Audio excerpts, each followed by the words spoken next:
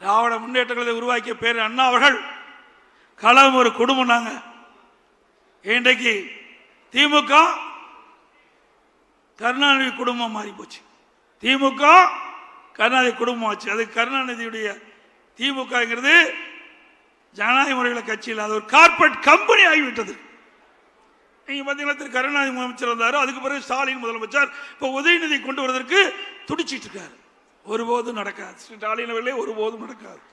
அவர் MLA ஆக்குனீங்க, அப்புறம் மந்திரி ஆக்குனீங்க, துணை முதலமைச்சர் ஆக்கிறீங்க. அந்த உழைத்தவர்கள் எல்லாம் ஓரம் கட்டப்பட்டிருக்கிறார்.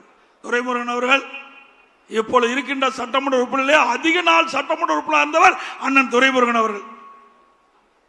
எமர்ஜென்சின்னு எப்ப பார்த்தாலும் ஸ்டாலின் பேசிட்டு இருப்பார்.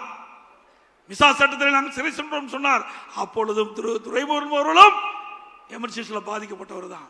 அப்படிப்பட்டவர்களுக்கு உங்களால் துணை முதலமைச்சர் கொடுக்க முடியல.